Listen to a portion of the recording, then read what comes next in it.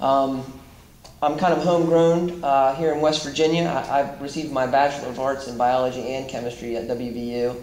I received my Doctor of Medicine at the WVU School of Medicine, and I did my residency training at Reuben Memorial Hospital here in West Virginia. And I'm a pathologist. That's the area I went into. And on the side, I run a very small independent video game development company for fun. That's just a little bit about me. But what we're talking about today is the fair tax. And the fair tax is a bill. It's H.R. 25 in the House of Representatives, and it's S. 296 in the Senate. And it basically has three main points. First point is it replaces all federal income and payroll-based taxes with a revenue-neutral national retail sales tax of, we call it the 2330 rate. But for right now, just look, we're going to talk about 23% as the rate for the tax because we want to compare it to our current income tax system. The second point is that it issues a prebate to eliminate taxes on spending up to the poverty level. And the third point is that it abolishes the IRS through companion legislation.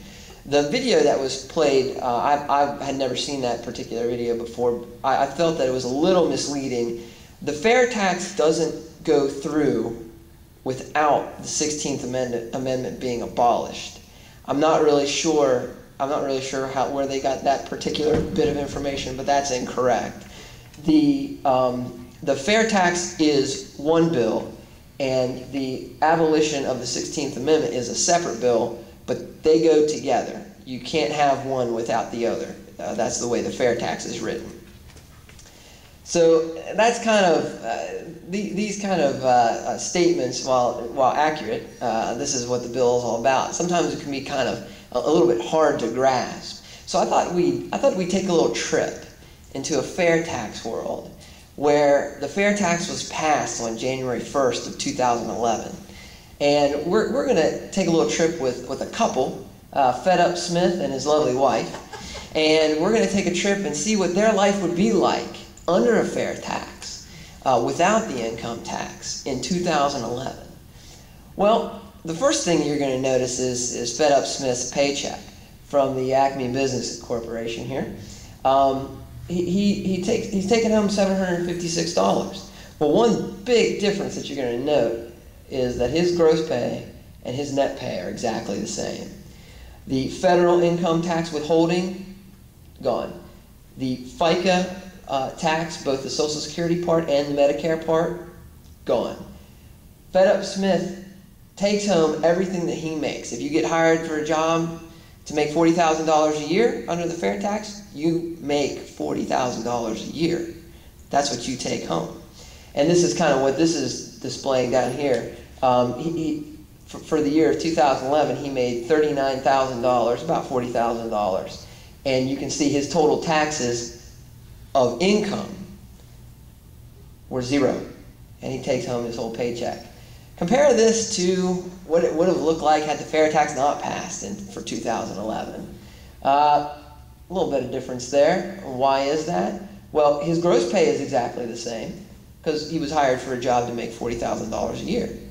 But he had his federal income withholding tax, he had his Social Security tax withheld, he had his Medicare tax withheld, and as a result, his net pay, what he took home to be able to spend on what he wanted to spend.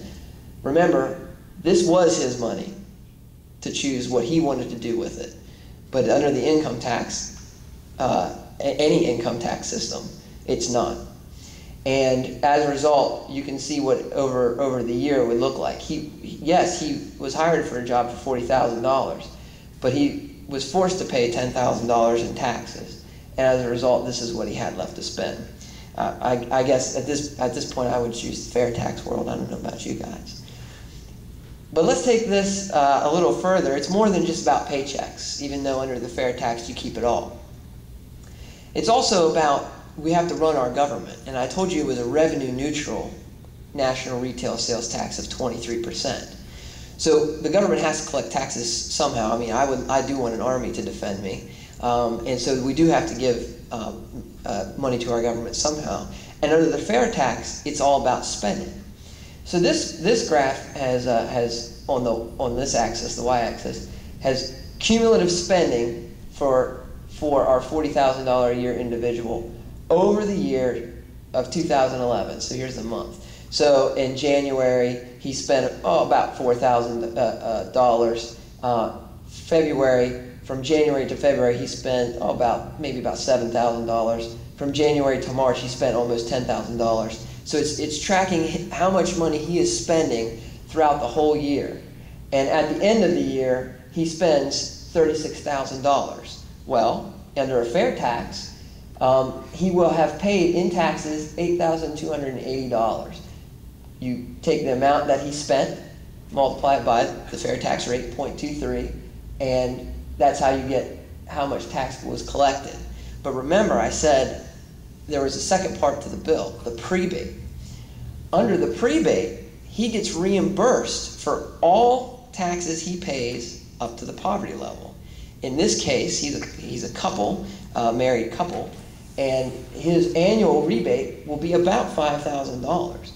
So under the fair tax, the actual amount of taxes he pays is about $3,300. What I'm saying is, with a prebate, any money that he spends up to about $21,000 is completely tax-free. Why is this important?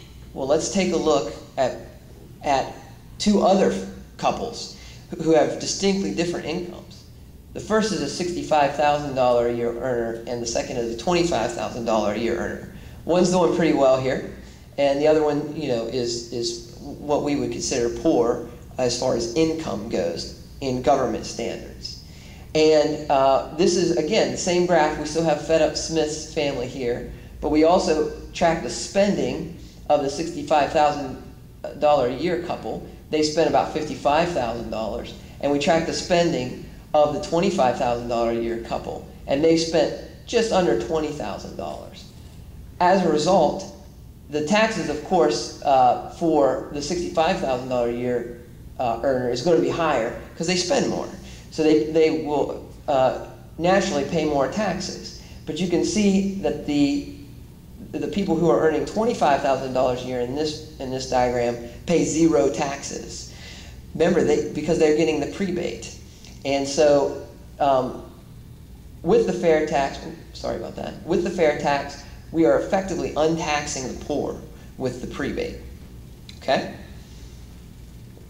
This is where the data comes from. This is not our data from the fair tax. This is from the Department of Health and Human Services. This is the government's data. This is what they determine to be poverty level spending, and we're just using their data. And in a two-adult household, a couple without any children, poverty level spending for that particular couple would be $21,660. So about if you're a couple and you're only spending $22,000 a year, the government considers you impoverished. And under a fair tax, you would be reimbursed all of the taxes you pay on this amount of spending each month. You would get a $415 check to reimburse you for that amount of money over the year.